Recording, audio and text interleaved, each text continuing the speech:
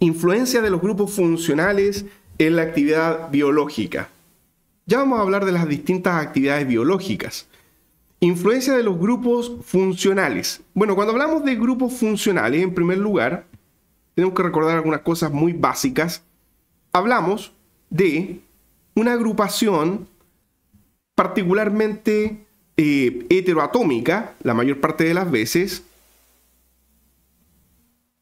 Los grupos funcionales casi en todos los casos están formados por heteroátomos que le confieren a las moléculas sus características físico-químicas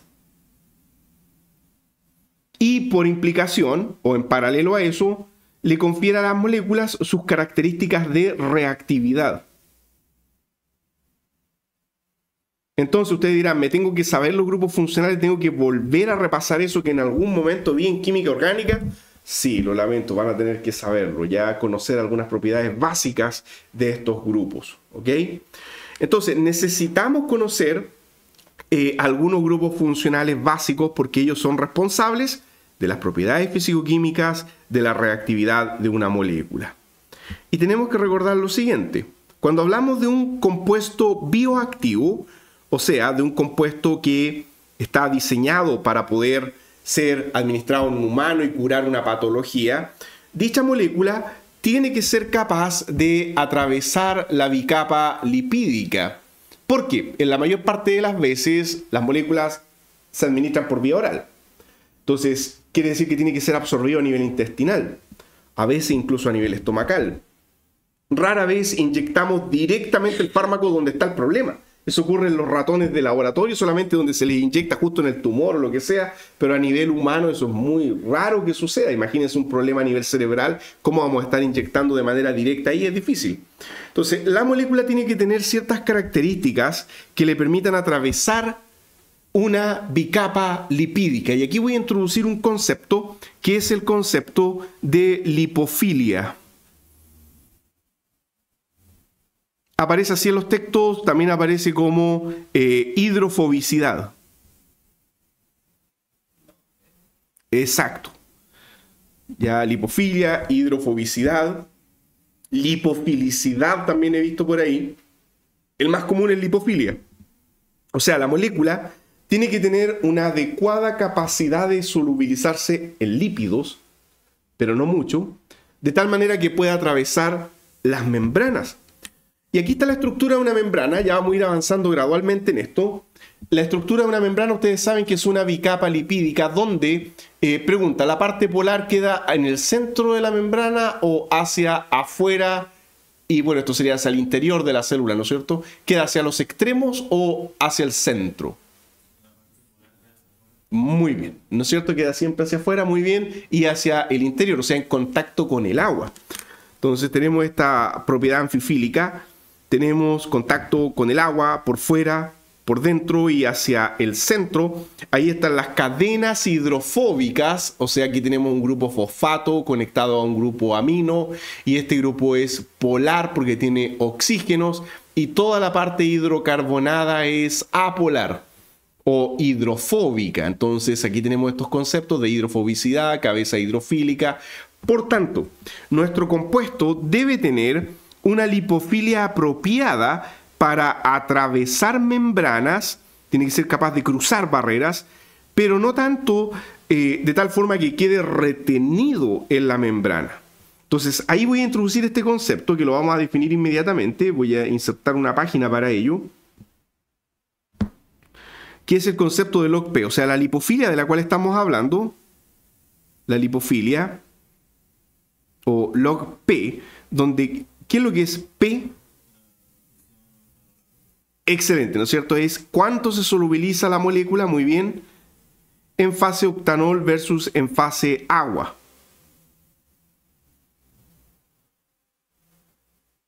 Y esta repartición, esos paréntesis cuadrados que ustedes ven ahí, eso es concentración molar. ¿Cuánto de la molécula se solubiliza en octanol? ¿Cuánto de la molécula se solubiliza en agua? El octanol y el agua son inmiscibles. El octanol es un alcohol y no es miscible en agua. Ahora, ¿por qué octanol?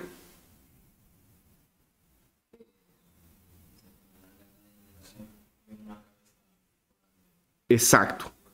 Muy bien. O sea, ¿imita qué cosa? Imita un fosfolípido de membrana. Perfecto. Ahí tenemos la estructura del octanol. Entonces tenemos precisamente de lo que estamos hablando una cola hidrofóbica o lipofílica. Esa sería la parte hidrofóbica. Y por supuesto una cabeza polar hidrofílica. Dicha cabeza polar, como ustedes saben, es un grupo hidroxilo o alcohol, en términos más genéricos. Ya, porque el hidroxilo puede ser parte de un alcohol, puede ser parte de un ácido carboxílico, puede ser parte de una N-hidroxilamina, puede ser parte de un fenol, etc. Entonces, en términos más particulares, ¿no es cierto? Ese grupo hidroxilo en este caso forma parte de un alcohol.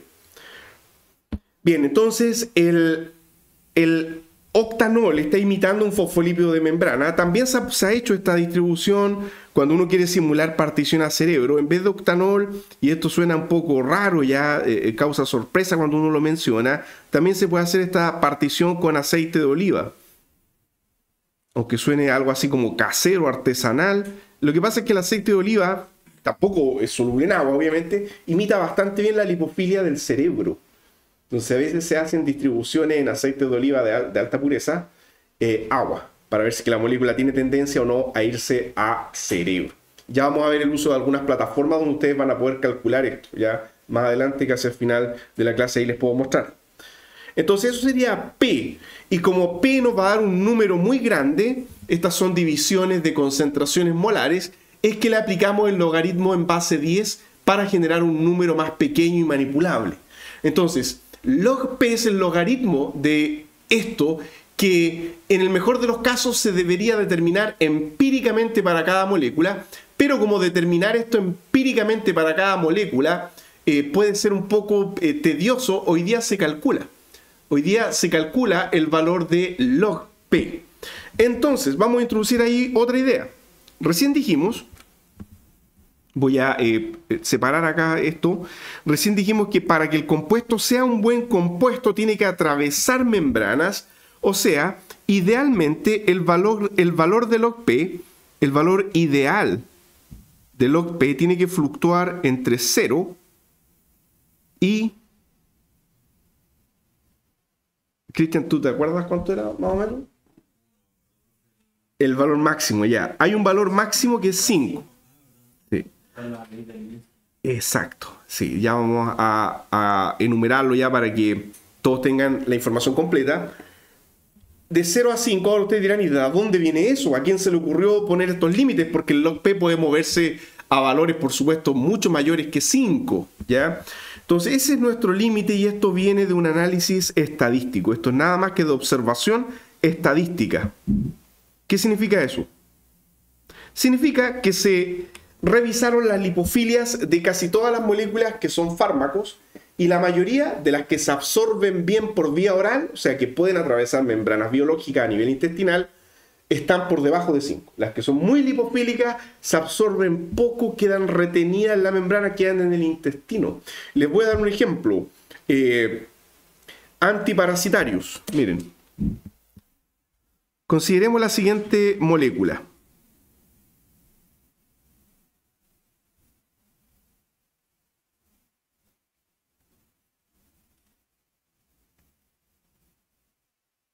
Consideremos este compuesto.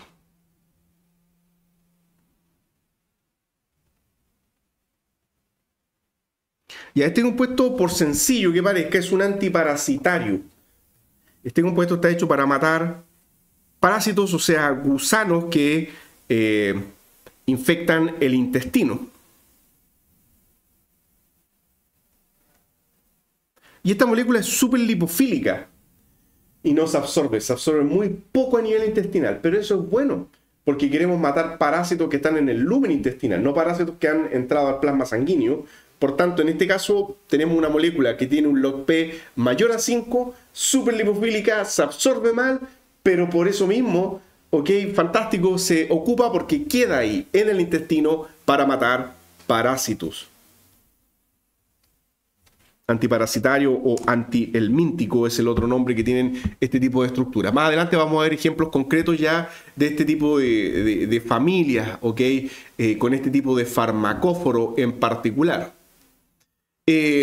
Vamos ahora al tema de el log-P, ¿ok?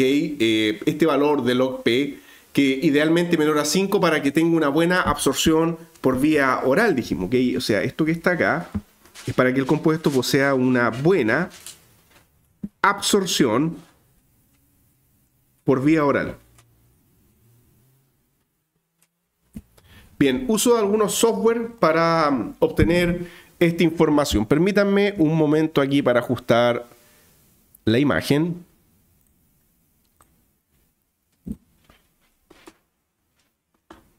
Ya, yo les voy a mostrar esta alternativa, aunque hay muchas otras.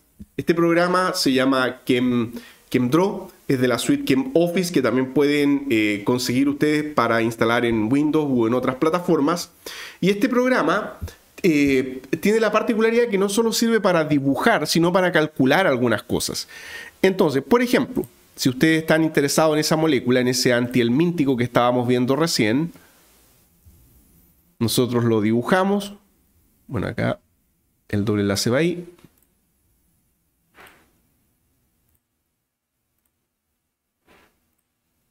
Entonces, si en algún taller, en algún trabajo de los que vamos a hacer en el semestre, necesitamos el log-P, y ya vamos a ver que el log-P es muy necesario para muchas cosas, particularmente para hacer estudios de tipo QSAR, que es uno de los tópicos que vamos a estudiar en este curso. Entonces, muy probablemente vamos a estar yendo al log-P y a otros valores más. Bueno, aparte de dibujar, ustedes vienen acá arriba y podemos pedirle valores de ciertas propiedades. A ver, y eso estaba en acá, Show Chemical Properties Window. Ahí, esta opción, damos un clic y nos carga aquí. Ahora colocamos Paste. Voy a cerrar esto. Y nos calculó automáticamente de una base de datos de fragmentos, mediante algoritmos matemáticos, obtenemos varios valores, como por ejemplo el punto de ebullición, el punto de fusión, etc. Y si vamos para acá abajo, el valor más cercano a la realidad, porque esto es calculado, esto no es real, sería este que dice C, ¿ok? Esta C de calculado o de ChemDraw log-P. Este valor se ocupa muchísimo, ¿ok? Es una buena aproximación de la lipofilia de la molécula. Ya es una lipofilia alta, no llega a 5 acá, pero es una lipofilia que, en este caso en particular, a este compuesto, no le permite una buena absorción por vía oral, ¿ok? Casi 3.6 de C log-P. Entonces el C es el algoritmo de cómputo. Entonces esta es una vía para obtener la lipofilia de un compuesto mediante un cálculo sencillo con ChemDraw. Otra estrategia, si alguien dice, bueno, pero el software ese no lo puedo instalar o lo que sea, ¿no es cierto? Segunda alternativa. Ya estas herramientas, insisto, las vamos a ocupar en el semestre y yo por eso las estoy entregando acá. La segunda estrategia es una que se llama PreAdMe y voy a ver si es que me funciona de acá. El PreAdMe, porque a veces en la universidad nos bloquean aquí ciertas conexiones al extranjero. En particular, este servidor está en Corea. Entonces, PreAdMe, todo esto es gratis. Veamos si es que funciona. Igual el SwissAdMe igual. El SwissAdMe, exactamente, claro. Podemos ir ahí. El SwissAdMe yo lo he corrido con el internet. Ya, súper. SwissAdMe. Sí, también lo vamos a entrar también a... Ahí, sí, aquí está cargando afortunadamente. Súper. Ya, bueno, y aquí tenemos varias alternativas para calcular, por ejemplo, drugabilidad. Esta palabra es un término que se ha acuñado ahora último. Drug likeness, esto no existía antes, significa drugabilidad. O sea, ¿qué tanta probabilidad tiene una molécula nueva de tener algún tipo de actividad terapéutica humana relevante? O sea, si ustedes, por ejemplo, dicen, yo quiero saber cuáles son las propiedades del ácido acético, eso no tiene drugabilidad, es una molécula tan simple, el ácido acético, el componente ácido del vinagre, que eso no va a tener ninguna bioactividad, ¿se entiende? O sea, no es drugable, no tiene drugabilidad, un término nuevo que se ha acuñado. Aquí tenemos absorción, distribución, metabolismo y excreción. Esto es súper importante, se llama ADME, es una abreviatura de lo que es farmacocinética, que luego vamos a definir, y también podemos calcular toxicidad. Bueno, pero vamos acá a ADME, absorción. Entonces ahí está, se absorbe, no se absorbe, cómo será su lipofilia. Veamos si es que nos entrega un valor, porque también entrega una lista de cosas. Así que hagamos el cálculo rápido de la misma molécula que tenemos acá. Probablemente uno puede copiar esta molécula y pegarla ahí, ya en este formato en particular, como Smile, pero no tiene. Ya la vamos a dibujar entonces.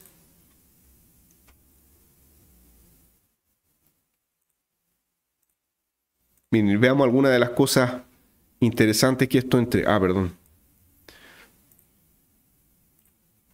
Va. A ver. Ah, ¿qué tiene que ser? Ahí está. Sí, ahí está el...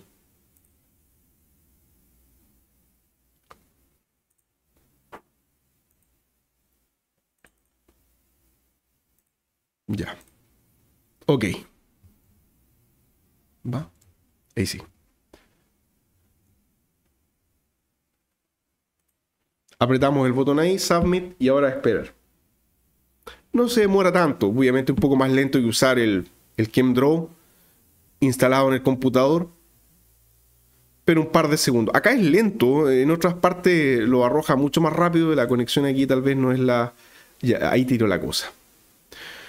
Miren qué interesante. La barrera no se Exacto, estas 3B ya eso no es bueno, bonito y barato, sino que es traspaso de barrera hematoencefálica. Como pueden ver, ahí uno expande y aparece el significado: concentración que llega a cerebro dividido por la concentración en plasma o en sangre, dice acá. 3, o sea, si este valor da 3, se concentra 3 veces más en el cerebro que en el plasma. O sea, si esta molécula nosotros la inyectamos, se va a absorber al cerebro. ¿Por qué? Porque es tan lipofílica que atraviesa fácilmente al cerebro. Bueno, veamos otros valores. Solubilidad en buffer, o sea, podemos saber cuántos miligramos por litro podemos solubilizar de esto en buffer, muy útil en experimentos biológicos. Podemos ver traspaso por la piel, podemos ver si inhibe o no inhibe citocromos hepáticos, por lo tanto podemos ver interacción con otras moléculas a nivel hepático. Esto es muy útil en farmacocinética humana. Podemos ver si inhibe o no a la glicoproteína P, que es una glicoproteína que expulsa fármacos hacia afuera y por tanto, ¿no es cierto?, si es sustrato de la glicoproteína P, eso no es bueno. Y vamos a la lipofilia, veamos si es que está o no, a ver, acá está. Ahora se llama SK porque es otro algoritmo de cálculo, pero es log-P. Ok, si uno expande, dice nomás lo que es, hay un valor de log-P calculado, ¿lo ven? Entonces, una predicción. 2.95. Ven que el valor es diferente porque va a depender del algoritmo de cálculo que uno ocupe.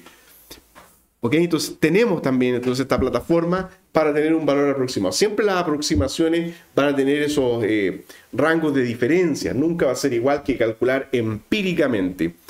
Hay otra manera de calcular que no sea disolviendo noctanol y agua en un embudo agitador. Hoy día se puede hacer por otras técnicas, particularmente por HPLC. Ya hay técnicas HPLC para calcular experimentalmente log-P. Ya, y lo último, no voy a calcular para que no perdamos tanto tiempo con esto, pero sí, el otro link que había dado Cristian acá es el Swiss ADME, también es gratis. Y también en algún momento vamos a entrar ahí y vamos a obtener alguna información relevante del Swiss ADME. Y este no ya ahí, así que es un servidor suizo, así que ustedes desde sus casas acceden, lo curiosean, dibujen una molécula y le calculan algo. Y ahí van a ver que aparecen muchos valores y en algún momento yo le voy a dar, tal vez del teléfono le puedo dar wifi, porque sí, nos va a servir para ilustrar algunas cosas, porque el Swiss ADME entrega unos gráficos diferentes a los de pre-ADMET. Bien, entonces, volviendo a nuestro apunte.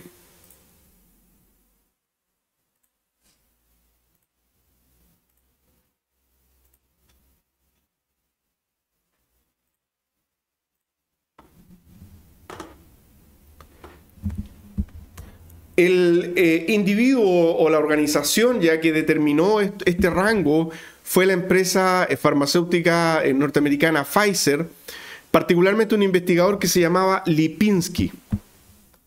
Entonces, tenemos lo que hoy día se llaman las reglas de Lipinski.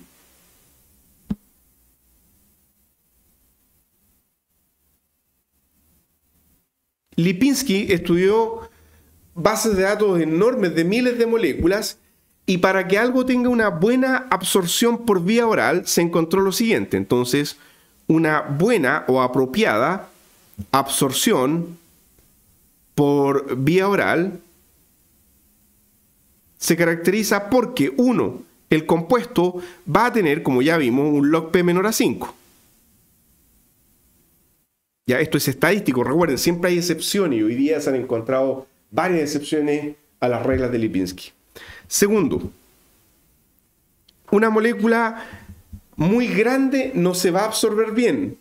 Por lo general tienen pesos moleculares menores a 500 gramos mol. Como pueden ver, esto es empírico, no había forma de predecir eso.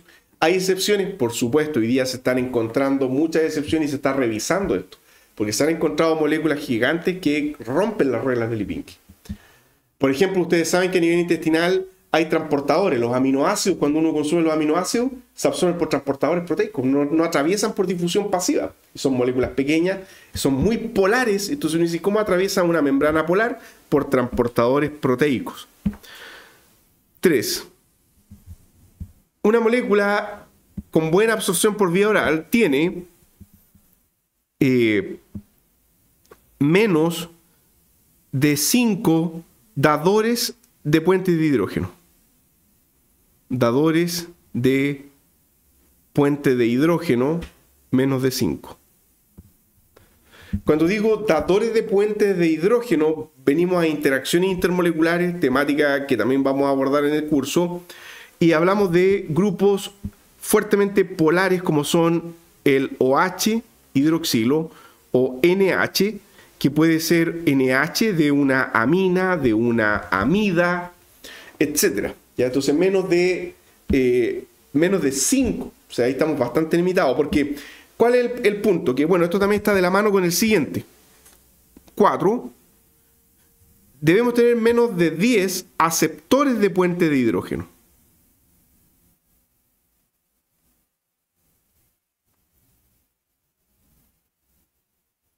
Y cuando digo menos de 10 aceptores, son todos aquellos átomos que pueden aceptar un puente de hidrógeno a través de un par electrónico de no enlace, como por ejemplo un oxígeno que tenga un par electrónico disponible para aceptar un puente de hidrógeno, un nitrógeno no básico que pueda aceptar una interacción. No básico, ustedes dirán, ¿y por qué es eso? Ya, porque si es básico se va a protonar a pH 7, va a estar con carga positiva y algo positivo no puede interactuar con un protón delta más positivo. También se ha visto que forman puentes de hidrógeno otros átomos menos comunes, como por ejemplo el flúor, cuando está en una molécula bioactiva, porque el flúor no existe en los aminoácidos. Y también se ha visto puente de hidrógeno con átomos más raros, aunque son más débiles y específicos, como son también el cloro y el azufre. ¿Podría incluso participar un fósforo? Sí, pero lo voy a dejar escrito porque teóricamente es correcto, pero es muy raro encontrar un fármaco que tenga fósforo en la estructura. Lo hay, pero es raro porque los fósforos son súper tóxicos, tienden a generar toxicidad con muchas enzimas. Y vamos a ver algunos mecanismos de toxicidad. Los fósforos son oxofílicos y tienden a enlazarse covalentemente a las proteínas. Bien, entonces estas son las famosas reglas de Lipinski y hoy día le han ido añadiendo más cosas. Por ejemplo, se ha visto también, ya como reglas extra, por así decirlo, que idealmente tenemos que tener lo que se llama una refractividad molar o MR menor a 500. Ya, este es un concepto probablemente nuevo para ustedes, el concepto de refractividad molar.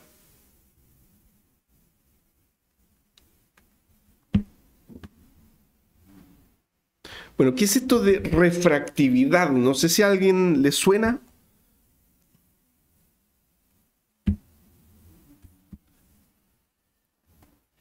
No tiene que ver con algo, digámoslo así, suena como algo quebradizo, ¿no? Yo me imagino algo que se va a quebrar. No, tiene que ver con... Y claro, lo que pasa es que, sí, lo que pasa es que para calcularlo, uno calcula lo que se llama el índice de refractividad de la luz sobre la molécula en fase acuosa, ¿ya? Pero claro, eso es para obtener el número, ¿ya? Pero el concepto, y qué bueno que me hiciste la observación, el concepto es mucho más amplio y tiene que ver con lo siguiente.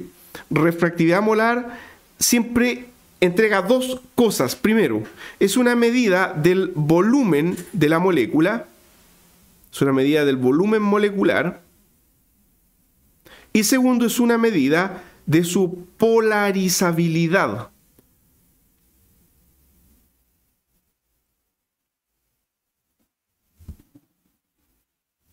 Es por eso que cuando uno va a los textos o a los handbooks y encuentra los valores de refractividad calculados o medidos para varias moléculas, las unidades digámoslo así, ¿no es cierto?, de la refractividad molar son unidades de volumen, ¿ok? Unidades de volumen, y muchas veces está expresado como volumen molar.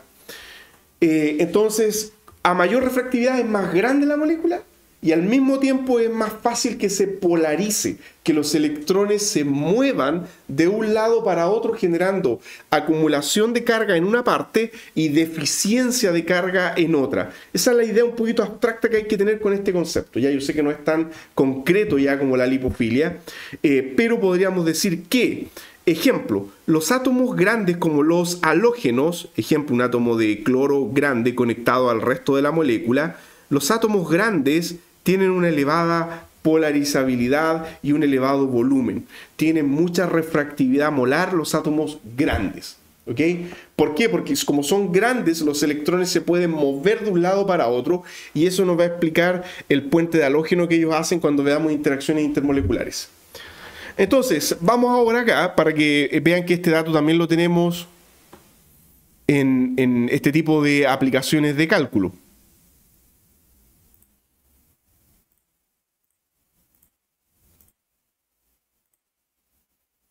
Miren, acá, para esta misma molécula que estábamos haciendo, la refractividad molar, si nos vamos para abajito, el valor calculado es altísimo. Se fijan, 5.9, o sea, es casi 6.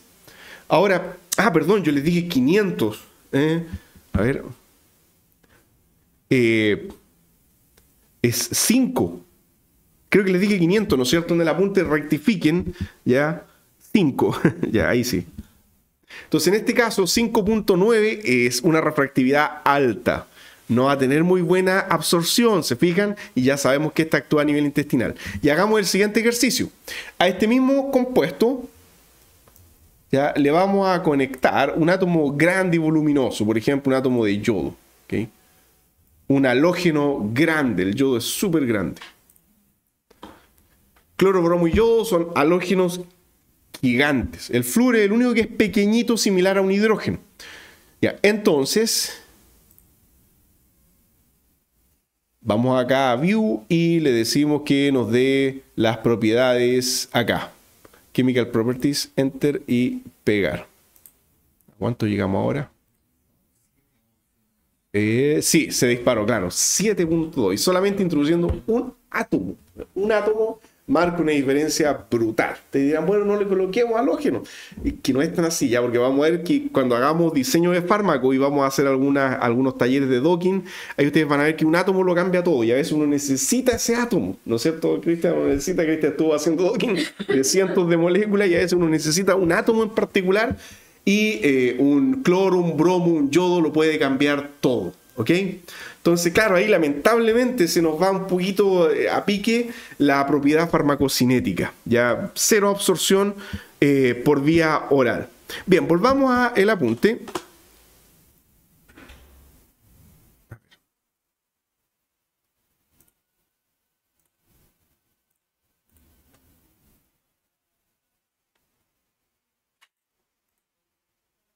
Ya, y con eso en mente, ahora sí podemos ir avanzando un poco más. Ya respecto a lo que tenemos acá, el transporte de los compuestos bioactivos va a ser, por ejemplo, como dice ahí, a través de difusión pasiva. Esto ustedes lo tienen, ya este apunte yo se los compartí. Entonces vamos a tener que atraviesa pasivamente la membrana. Esa es una forma, pero también hay difusión facilitada. Si marcamos aquí abajo, difusión facilitada a través de proteínas. Sí. Ah, no, en el correo.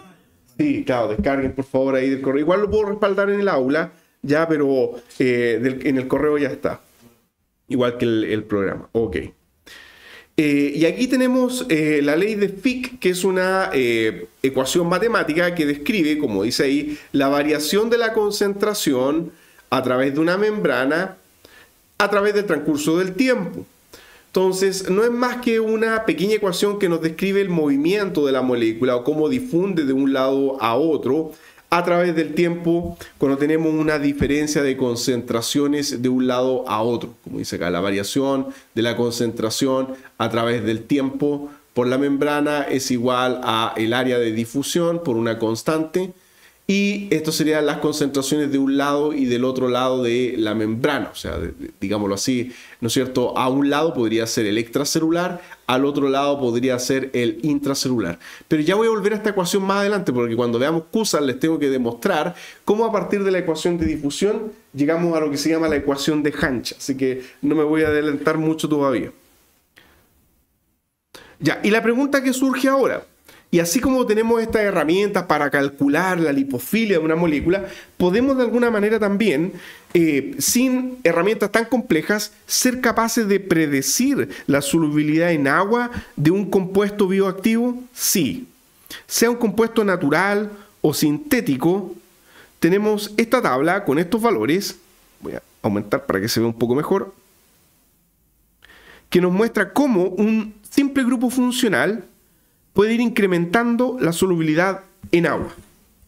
Entonces, número 1, dice acá, amonio, que sería un nitrógeno con carga positiva permanente, o carboxilato, que sería un ácido carboxílico deprotonado, según esto, es capaz de disolver hasta 6 átomos de carbono. Ahora, por favor, esta información que está en esta tabla, de nuevo, estos son valores estadísticos, por lo tanto, estos son promedios, siempre tiene sus excepciones. Ejemplo, miren. Vamos a ir colocando inmediatamente algunas moléculas para ilustrar esto.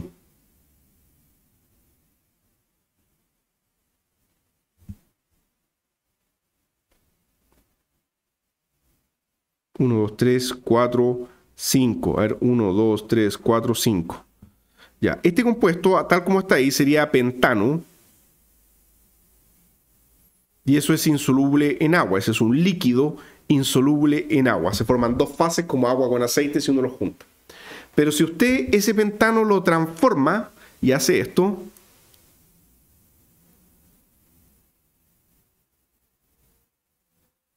introduce un carboxilato en la estructura. Cuando digo carboxilato, explícitamente estamos diciendo que está 100% ionizado. Y a lo mejor hoy día no vamos a alcanzar, pero la otra clase sí vamos a hacer cálculos matemáticos de ionización. Está 100% ionizado. Es diferente a dibujar la molécula de esta forma. 2, 3, 4, 5... dibujar la molécula en forma neutra. No es la misma solubilidad. Si ustedes tienen el compuesto en forma de una sal, esto sería el compuesto en forma de una sal, es más polar, es más soluble en agua que si el compuesto está neutro. Así que ojo con eso. Sí, yo sé que me van a decir, el ácido se ioniza fácil, libera fácil. Sí, pero tengo que formar la sal. Cuando formo la sal, ahí este grupo se vuelve súper polar. ¿Y qué creen ustedes? La molécula ahora es soluble en agua. O sea, nada más que reteniendo esa información, ustedes pueden predecir qué tan soluble en agua va a ser una molécula. Segundo ejemplo, aquí mismo. ¿Qué pasa ahora? Ya utilizando esta misma estructura que tenía 5 átomos de carbono, uno, recuerden que ese que está ahí tiene un carbono, entonces serían 2, 3, 4, 5. Ese grupo dijimos que se llamaba carboxilato. ¿Ok? Y específicamente ya, bueno, este sería carboxilato. Siempre que veamos esta agrupación CO con doble enlace, esa sola agrupación por sí misma ya es parte del grupo funcional, pero por sí misma le vamos a llamar el grupo carbonilo. Ya les estoy tratando de recordar cosas que vieron en algún momento en química orgánica y que ahora lo necesitamos porque vamos a estar siempre hablando en términos técnicos. Ya no vamos a estar diciendo ese pedacito de ahí, no, sino que con nombres técnicos de cada grupo funcional. Y miren, ahora esta misma molécula, tenemos 2, 3, 4, y voy a dejarla ahí y vamos a hacerlo amonio ahora. Entonces, perdón, tendría que borrar uno más. Ahí, 1, 2, 3, 4, 5, ¿no es cierto? Porque son 5 carbonos, ahí tengo 5, ¿ya? 1, 2, 3, 4, 5 carbonos, este tendría carga neta positiva. Eso es un amonio cuaternario. Cuaternario porque tiene 4 carbonos unidos a él, ¿no es cierto? Tiene este que es un metil, metil y metil. El amonio cuaternario no puede perder su carga porque está siempre positivo. El amonio cuaternario es siempre positivo. Porque para perder la carga tendría que perder, ¿no es cierto?, un metil y recuperar el par electrónico, y eso no va a ocurrir de manera espontánea, ¿ya? Entonces, este compuesto con este amonio, a pesar de que tiene 5 carbonos, igual que el pentano, es 100% soluble en agua, ¿ok? Porque un amonio puede disolver hasta aproximadamente 6 carbonos en total que tenga la estructura. Así que este también es 100% soluble. 100% soluble en agua.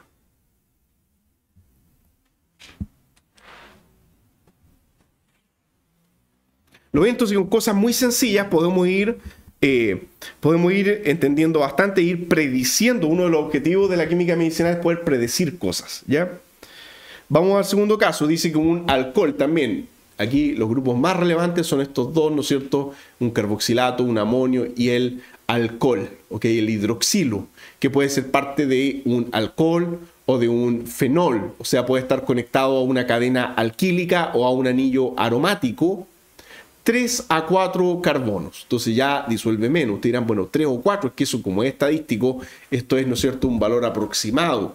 Ya a veces podemos fallar en nuestra predicción de solubilidad. 3 o 4 carbonos, miren. A ver, ¿qué creen ustedes? Este compuesto ya que voy a dibujar acá se llama tetrahidropirano. ¿Okay? Este es el tetrahidropirano. ¿Y aquí creen ustedes? ¿Ese es soluble en agua o no es soluble en agua? Ese no es alcohol, no es OH. Estamos viendo el OH. Tiene menos polaridad, no tiene el protoncito. Entonces, ¿qué creen ustedes? ¿100% soluble o 100% insoluble? No tiene carboxilato, no tiene amonio, un oxígeno, es 100% insoluble. Ya, pero vamos a hacer la siguiente transformación.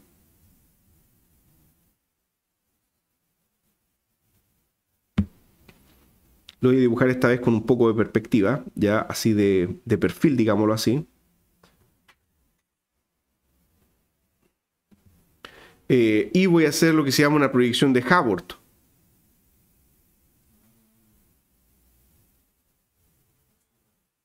Tal cual.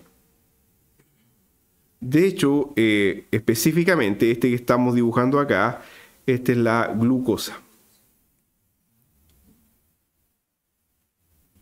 Ya no hemos cambiado mucho, solamente que tenemos un carbono más en la estructura, porque ahí tendríamos 1, 2, 3, 4, 5, 6. En el anterior teníamos 5, ¿no es cierto? 1, 2, 3, 4 y 5. Entonces, la única diferencia es que hay un carbono más. Pero está lleno de grupos hidroxilo. ¿Y la glucosa es soluble en agua? Claro que sí. ¿No es cierto? Todos sabemos que este azúcar es soluble en agua. Hasta la sacarosa, que son 2 azúcares conectados solubles en agua, que es aquella con que se endulza el té. Entonces, la glucosa es 100% soluble en agua. ¿Por qué? porque tiene hidroxilos, ¿no es cierto? Ya, y un hidroxilo, supónganse que un hidroxilo, vamos por parte baja, un hidroxilo solubiliza 3 carbonos. Ya, entonces, ¿cuánto podría teóricamente ser solubilizado por todo eso?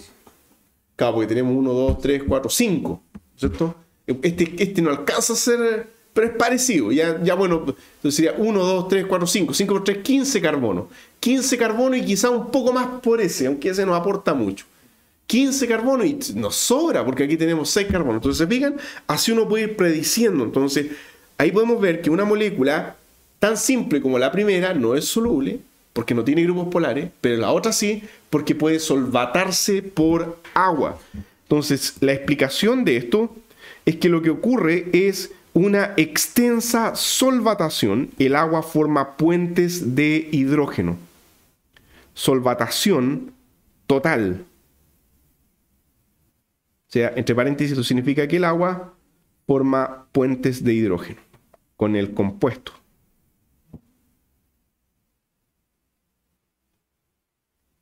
Ahora, una molécula muy polar, muy llena de grupos así que forman puentes de hidrógeno con agua, que no tienen nada de solubilidad en grasa, esa molécula, ¿se absorberá bien a nivel intestinal una molécula muy polar? Tampoco. ¿No es cierto? Una molécula muy polar no se absorbe bien, pero la glucosa se absorbe en un 100%, porque a nivel intestinal hay proteínas transportadoras que absorben la glucosa y la llevan adentro. Entonces, se fijan, ya que hay transportadores que hay que tener en cuenta, sería un transporte diferente, pero cuando hablamos de Lipinski estamos pensando siempre en difusión pasiva.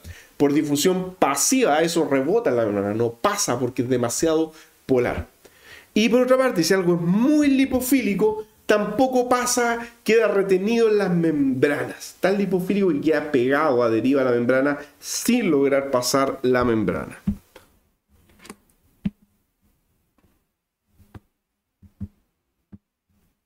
Ya, luego tenemos, dice, una amina. Bueno, este es una manera incorrecta de dibujar, porque en estricto rigor esto sería imina.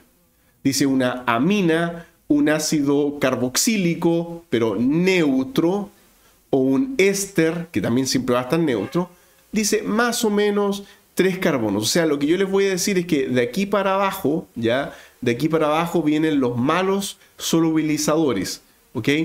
La amina y el ácido carboxílico solubilizan más cuando se logran ionizar, ¿ok? El éster nunca se va a lograr ionizar, el éster se puede hidrolizar, pero eso es diferente. A ver, vamos primero a estos 3 grupos, ya para ir recordando algunas cosas muy simples. Alrededor, yo diría, cerca del 90% ya de los compuestos bioactivos, sean naturales o sintéticos, son aminas. Entonces este grupo es súper importante. Cuando se trata de un compuesto natural, específicamente cuando hablamos de un compuesto de origen natural y uno dice ese compuesto natural tiene amina, ahí la clasificación de ese compuesto es alcaloide. Un alcaloide es una amina de origen natural, o sea, es un metabolito secundario nitrogenado básico. Un alcaloide, por definición, es un metabolito secundario, es parte del metabolismo secundario de la planta. No es parte del metabolismo de la glucosa, del ADN, a eso me refiero, ¿ya? Es del metabolismo secundario. Es parte del metabolismo secundario de la planta. Muchas veces son producidos en grandes cantidades y los alcaloides tienen algún tipo de nitrógeno básico en la estructura. ¿Ya? Un alcaloide es un compuesto bioactivo muy común. Se sacan hoy día alcaloides de plantas, de algas marinas. También está muy común ir a buscar alcaloides en contraposición a otro tipo de moléculas naturales que son los terpenos, que también vamos a ver en un rato más. Bien, entonces, las aminas pueden ser primarias, secundarias o terciarias. Podríamos tener, por ejemplo, esta amina. R es el resto de moléculas. Esta sería una amina primaria.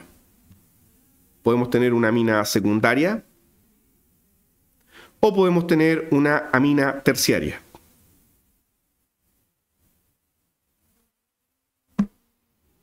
Entonces, ¿qué creen ustedes? ¿Cuál es más polar? Perfecto. La primera, porque tiene 2 protones.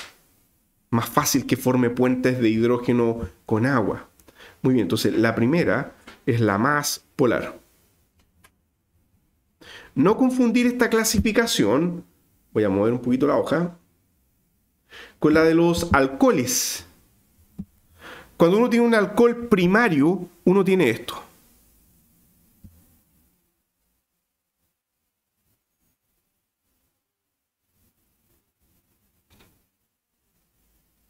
Este es primario.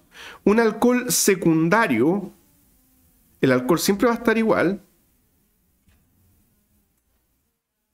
Es el carbono el que va cambiando, el carbono el que tiene el alcohol, y un alcohol terciario está unido a un carbono que no posee hidrógeno. Así que es diferente. Ya no confundir alcoholes primario, secundario y terciario con amina primaria, secundaria y terciaria. Las estructuras son diferentes. Acá el que va perdiendo protones es el nitrógeno. Acá el que va perdiendo protones es el carbono que está conectado al grupo hidroxilo alcohólico, ¿ya? Así que también se nos van a repetir mucho este tipo de estructuras a lo largo del curso. Aminas primarias, secundarias, terciarias, alcoholes primarios, secundarios, terciarios, son grupos funcionales tremendamente comunes en química medicinal. Ya, ¿y cuánto, se acuerdan cuánto podía disolver, decía, una amina?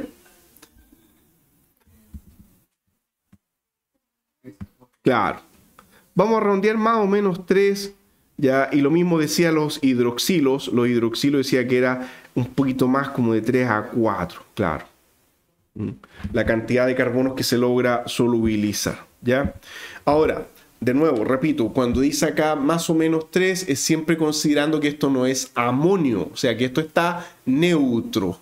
Porque si está positivo, ahí pasamos a este otro extremo. Disculpen que mueva esto. Donde teníamos el amonio, ¿ya? Positivo, ahí disuelve más. ¿Cuánto disolvía? Hasta casi 6 creo que era, ¿o no?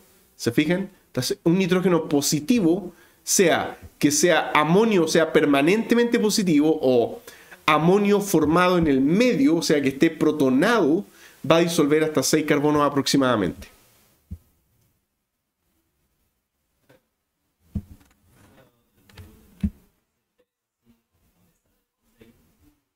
Ya, súper buena observación. Ya ahí entramos a hilar más fino. Ya, el contraión sí afecta la solubilidad. Sí, afecta la solubilidad en lo que se llama los preparados de depósito. Ya, esa es una muy buena observación. Y, a ver, voy a ilustrarlo acá. Bueno, primero, cuando uno tiene que preparar un fármaco en forma de sal, la pregunta es ¿qué contraión ocupar? Ejemplo, miren. Les voy a mencionar una molécula que se ocupa para la epilepsia, que es esta. A ver, tendríamos 1, 2, 3, 4. Ahí está, entonces 1, 2, 3, 4, 5. Este compuesto se llama ácido valproico. Es uno de los fármacos más empleados para la epilepsia debido a su menor costo, a su baja toxicidad. Y este compuesto está en forma aniónica. Aquí vamos a recordar algunas pequeñas cosas. Yo les voy a enviar también algunas guías de ejercicio. No olvidar que esa carga negativa es la misma en ambos oxígenos porque tenemos resonancia. Entonces ustedes dirán, y me tengo que acordar de todas esas cosas. Ya, lamentablemente hay que recordar algunas de estas cositas. Entonces, ya, sí, aquí tenemos que está en resonancia, entonces la carga está deslocalizada por igual en ambos oxígenos, que la carga está en ambos. El ácido valproico, entonces, tenemos posibilidad de formularlo como sal. Ustedes dirán, ¿y para qué darse la molestia? Bueno, uno formula una sal la mayor parte de las veces porque uno quiere mejorar la estabilidad del compuesto. Esa es una de las principales razones. Formulamos un compuesto como sal para mejorar su estabilidad. Y cuando digo estabilidad, es que la molécula sea más resistente a la humedad, a la luz, a la oxidación. O sea, que eso dure a través del tiempo y que no se descomponga fácilmente. Otra razón por la cual uno muchas veces quiere formular una sal es cuando uno quiere mejorar su solubilidad en agua. O sea, yo quiero que el compuesto tenga algo de solubilidad en agua. Por ejemplo, si esto estuviese como sal perpetua, serían 6 carbonos que se lograrían solubilizar. Quedamos cortos, ¿no es cierto? Porque tendríamos 1, 2, 3, 4, 5 y nos pasamos 6, 7, 8 carbonos. Así que no va a ser 100% soluble en agua. ¿Ok? Bueno, y la pregunta es, ¿qué contraion ocupar? Podríamos ocupar como contraion, por ejemplo, como ahí eso va a estar negativo, un sodio podría ser. Entonces hay un pool de opciones. Podríamos ocupar un sodio, pero también podríamos ocupar un potasio. Entonces, ¿da lo mismo? No. Resulta que la solubilidad en agua cambia cuando se disgrega el compuesto. En el proceso de disgregación, la solubilidad que aporta con un contraion es diferente a la solubilidad que aporta con otro contraion. Segundo, el potasio por lo general es más caro que el sodio, así que también hay razones económicas de qué sal ocupar. Y tercero, en algunos casos se prefiere también el uso de sales orgánicas. Sí, voy a colocar acá sales orgánicas. ¿Ya? Se prefiere muchas veces el uso de sales orgánicas. A ver, veamos el siguiente caso.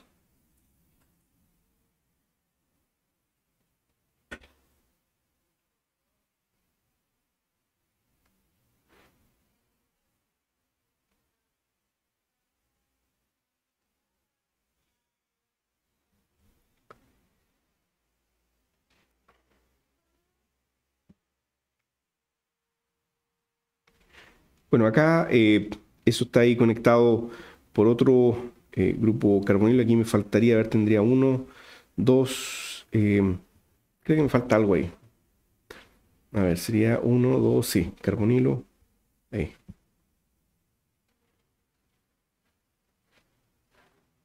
Este compuesto que está acá tiene posibilidad de existir como sal orgánica. Primero, algunas observaciones. Disculpen, tengo que mover ahí para explicar algo. Ya, o si no, lo puedo reducir un poquito. Ahí. Miren, este compuesto, cuando marcamos esto así ennegrecido, significa que viene para adelante del plano de la pizarra. ¿Ya? Viene para adelante del plano de la pizarra. O sea, el carbono que lo contiene ahí es un carbono quiral. Y este carbono sería, por tanto, de configuración absoluta de tipo R. ¿Okay? Entonces este es un carbono de configuración absoluta de tipo R. Y el otro lado también es quiral, entonces acá tenemos que decir que sí, esto viene hacia adelante, en este caso del plano de la pizarra. Usted decir, ¿y cómo sabe eso? Lo que pasa es que esa molécula, este es un compuesto de origen natural. Y no sé si alguien reconoce esta molécula. Ya les da como, ¿no es cierto?, como cierta semejanza a algo, les recuerda algo. Miren, cuando uno ve, y eso es lo que quiero que aprendan en este curso, que retengan ciertos motivos estructurales.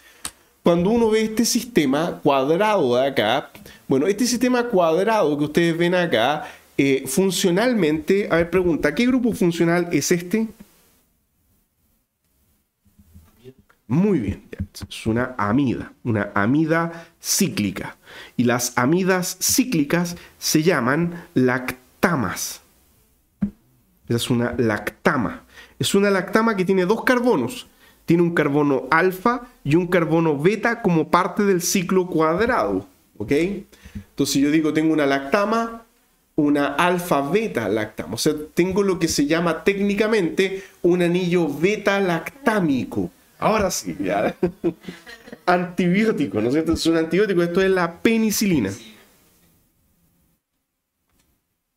Ya, entonces cuando tenemos la penicilina, tenemos este nitrógeno y este nitrógeno no es básico, no es protonable porque es una amida, es un nitrógeno de amida y por tanto el par electrónico no se protona. Lo mismo acá, este nitrógeno no es básico, no es protonable porque el par electrónico está 100% deslocalizado por resonancia en el carbonilo. Entonces, la única forma de crear una sal es en el carboxilato extra que tenemos acá en la parte terminal, este carboxilato que tiene carga negativa, y uno dice ahí, bueno, si yo quiero hacer una penicilina inyectable, porque antiguamente era muy común que para las amigdalitis se inyectaba penicilina. Hoy día lo más común es dar amoxicilina, que es por vía oral. ¿Ya? Pero la efectividad de esto era súper alta, inyectable, un pinchazo de penicilina, sí, era bastante doloroso, ¿no es cierto? Intramuscular, en las nalgas se ponía la inyección, sí, y era doloroso porque esto es poco soluble en agua, claro, es muy poco, entonces era como exacto, era como inyectar pequeños cristales en el músculo. y que es muy bueno, sí. Yeah. Y, sí, que lo bueno es que es muy efectivo. Claro, es muy efectivo y evita que uno tenga que estar consumiendo algo porque el pinchazo y uno se olvida, reposo y listo. Sí. Es súper rápido. Entonces, miren, por ejemplo, una alternativa sería tener la sal sódica. Pero ¿cuál es el problema? Un hipertenso no podría ser pinchado con esto porque le estamos aportando sodio al plasma sanguíneo. El sodio sube la presión arterial. Entonces alguien puede decir, bueno, inyectémosle la penicilina potásica. Claro, ahí tendríamos el problema, ¿no es cierto? ¿Qué pasa a nivel cardíaco con mucho potasio en el plasma? También puede producir bradicardia. Además, segundo, es más caro. Y tercero, la penicilina potásica es más soluble que la sódica y el efecto sería menos sostenido en el tiempo. O sea, habría un pic de efecto que bajaría rápidamente. Entonces a alguien se le ocurrió esto. Alguien dijo, bueno, ¿y por qué no formamos una sal orgánica y tenemos esta molécula como contrayón?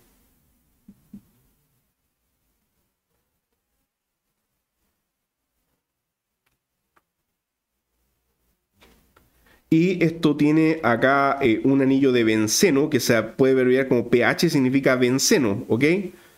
Benceno y benceno. Bueno, esto se llama benzatina. Exacto. Entonces, no es otra cosa que un nombre de la sal. ¿Se fijan? Y uno dice, ¿cuál es por qué darse la molestia de poner este contrayón tan raro? De hecho, una benzatina sirve para 2 penicilinas, porque aquí tengo carga +1, que complementa esta negativa y me sobra una que iría a otra penicilina. Bueno, la gracia es que esta sal orgánica es súper insoluble en agua y el pinchazo, el depósito permanece en el músculo y se va liberando lentamente al plasma y tenemos un efecto que dura hasta 2 semanas o un poco más. Entonces, esa es la gracia, ¿ok? Que queda retenido ahí, es más lipofílica, es una sal lipofílica. Esa es la particularidad. Así que gracias por la observación, sí, porque esto es trivial. A veces uno piensa que poner un sodio, un cloro, lo que sea, da lo mismo. Si ya uno ya tiene el yo, no. Ya las sales tienen propiedades también diferentes. Bien, para ir acercándonos ya al cierre acá del primer bloque, volvamos al apunte. Teníamos entonces el ácido carboxílico, la amina neutra y un éster, ¿no es cierto?, que aportan poco. Sobre el éster también quiero decir algo muy breve. Acá dice éster. Los ésteres aportan, la verdad, bastante poco en realidad a la solubilidad.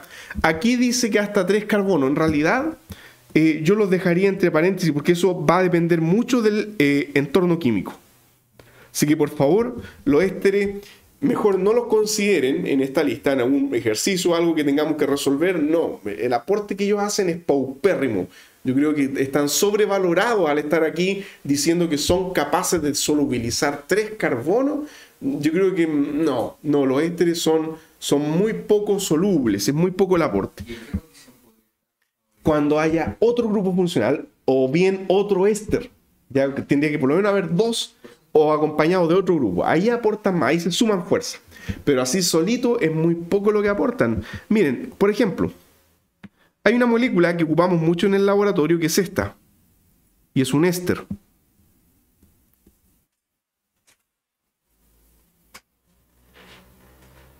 Este es el acetato de etilo. ¿Cierto? Se ocupa bastante. Y ahí el acetato de etilo es soluble en agua.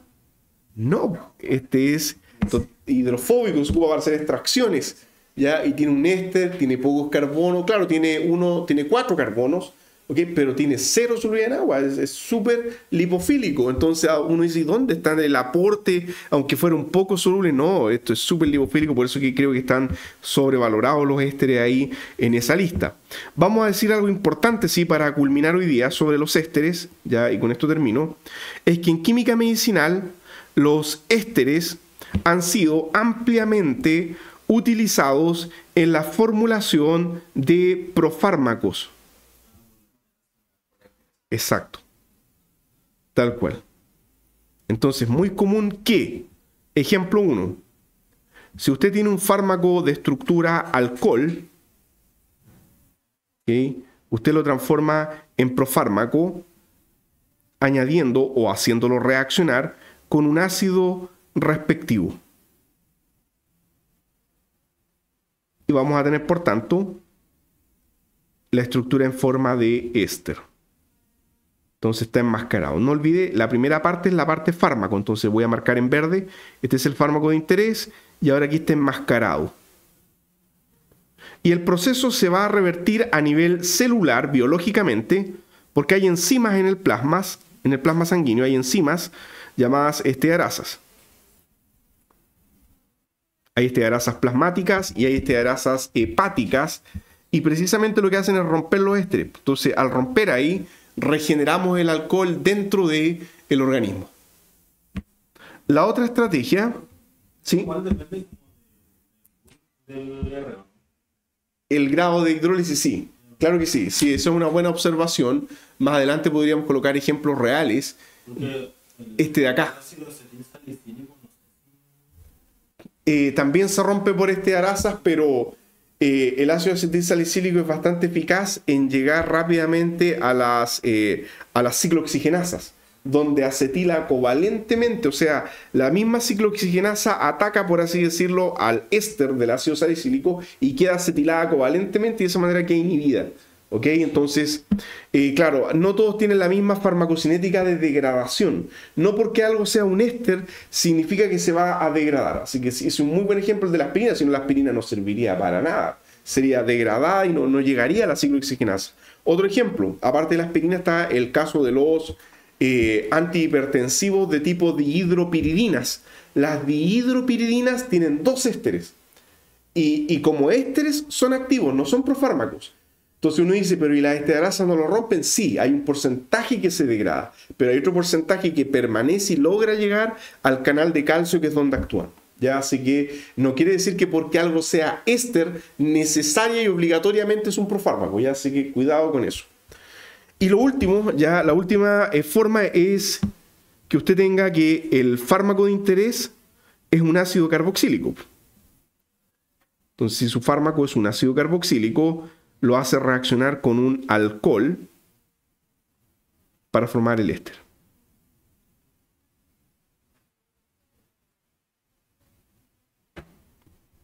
Bueno, yo aquí no estoy entrando al detalle de la reacción. Bueno, toda esta parte es el fármaco. Entonces ahora está acá el fármaco. ¿Cómo se llama esta reacción? ¿Alguien se acuerda a nivel químico? Cuando uno transforma un alcohol o un ácido en un éster. Esterificación de... Bien, esterificación de Fischer, muy bien. Pasamos del alcohol al ácido o del ácido al éster. En los dos, o sea, del alcohol al éster o del ácido al éster en los dos casos. Entonces, en color verde es el fármaco, en color azul es el fármaco. Sirve tanto para transformar en profármaco un alcohol como un ácido.